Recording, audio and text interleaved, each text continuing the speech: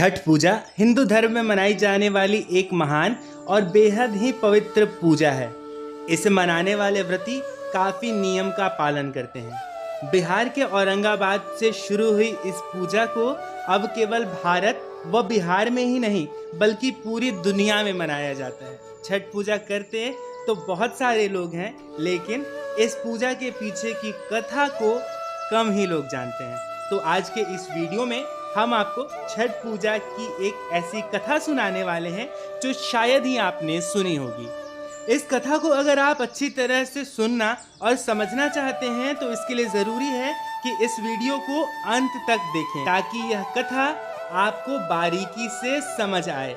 अब विलंब न करते हुए आपको सुनाते हैं यह कथा और शुरू करते हैं कहानियों का यह सिलसिला।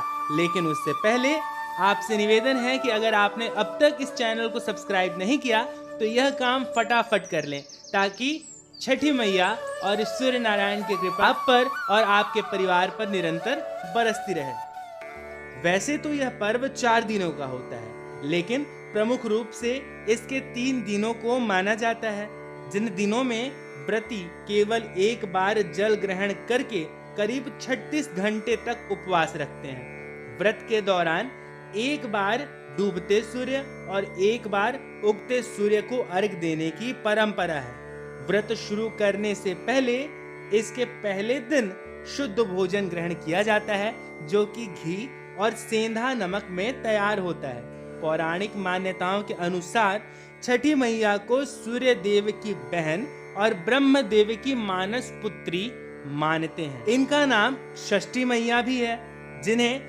आम बोल चाल की भाषा में छठी मैया या छठी मैया कहते हैं। छठ पूजा में सूर्य देव के साथ इस देवी का पूजन भी करते हैं। एक प्रकार से सूर्य देव और छठी मैया भाई बहन भी हुए।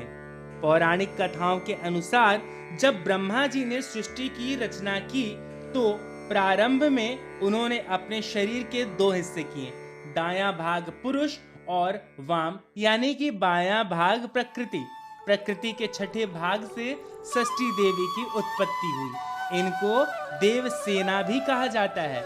जो व्यक्ति षष्ठी देवी की पूजा करता है उसके मन की मुराद अवश्य पूरी होती है। पुराणों में छठ पूजा की जिस कथा का जिक्र है उसके मुताबिक एक राजा हुए जिनका नाम था प्रियवंत।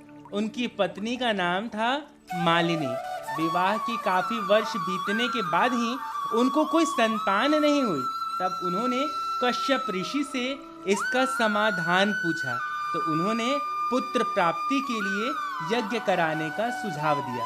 कश्यप ऋषि ने पुत्र प्राप्ति के लिए एक यज्ञ किया और राजा की पत्नी मालिनी को प्रसाद स्वरूप खीर खाने को दिया। उसके प्रभाव से रानी गर्भवती हुई, जिससे राजा प्रियवंत बड़े ही खुश हुए।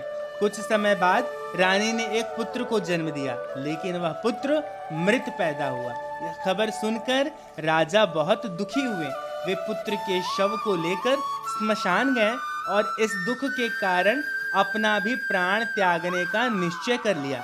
जब वे अपना प्राण त्यागने जा रहे थे तभी देवी देवसेना यानी कि छठी मैया वहां प्रकट होती हैं। उन्होंने राजा प्रियवंत से कहा कि उनका नाम षष्ठी है। हे राजन, तुम मेरी पूजा करो और दूसरे लोगों को भी मेरी पूजा करने को कहो। लोगों को इसके लिए प्रेरित करो। देवी देवसेना की आज्ञा अनुसार राजा प्रियवंत ने कार्तिक माह के शुक्ल पक्ष की षष्ठी तिथि को छठ पूजा की। उन्होंने यह पूजा पुत्र प्राप्ति के कामना से की थी। छठी मैया के शुभ आशीर्वाद से राजा प्रियवंत को पुत्र की प्राप्ति हुई। तब से हर साल कार्तिक शुक्ल षष्ठी को छठ पूजा की जाने लगी। जो व्यक्ति जिस मनोकामना के साथ छठ पूजा का व्रत करता है और विधि विधान से पूजा करता है, छठी मैया के आशीष से उसकी सारी मनोकामना पूर्ण हो जाती है। लेकिन ज्यादातर लोग पुत्र प्राप्ति और संतान के सुखी जीवन के लिए यह व्रत करते हैं। छठ पूजा के बारे में यह भी कहा जाता है कि त्रेता में इस पूजा को राम और द्वापर में द्रौपदी ने की थी। इतना ही नहीं, दानवीर कर्ण ने भी भगवान सूर्य और देवसेना की आराधना करते हुए इस पूजा की शुरुआत की थी। तो दोस्तों, यहाँ समाप्त होती है छठी मैया की कथा। इस कथा को लेकर आपके मन में कोई संशय या सवाल हो तो उसे कमेंट बॉक्स में लिखें। हाँ, कथा अगर आपको अच्छी लगी हो तो इसे अपने दोस्तों व बंधु बांधवों के साथ साझा करना बिल्कुल ना भूलें। इस नेक कार्य में आप किसी भी तरह से हमारी मदद करना चाहते हो तो स्क्रीन पर दिए गए नंबर पर आप अपनी आर्थिक सहायता हम तक भेज सकते हैं। अब अगली वीडियो तक के लिए दीजिए हमें इजाजत। हमारे सभी साथियों को हरे कृष्णा।